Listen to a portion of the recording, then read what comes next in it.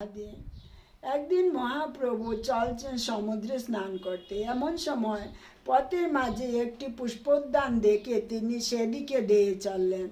বৃন্দাবন ভ্রমণ করে তিনি সেই উদ্যানে প্রবেশ করে শ্রীকৃষ্ণকে অন্বেষণ করতে লাগলেন।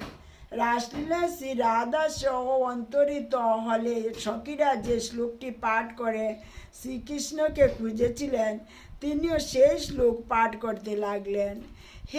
হে চোত, হে পিয়াল, হে জম্বু, হে অর্ক, হে বিল্ব, হে বকুল, হে মল্লিকা, হে মালতী, হে জ্যোতিকা, এইভাবে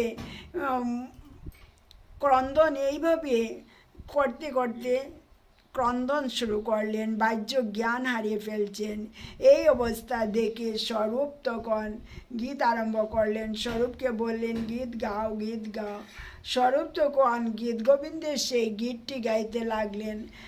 রাসে হরিমি হও বিহিত বিলাসম স্মরতি মন সমকৃত পরিহাসম।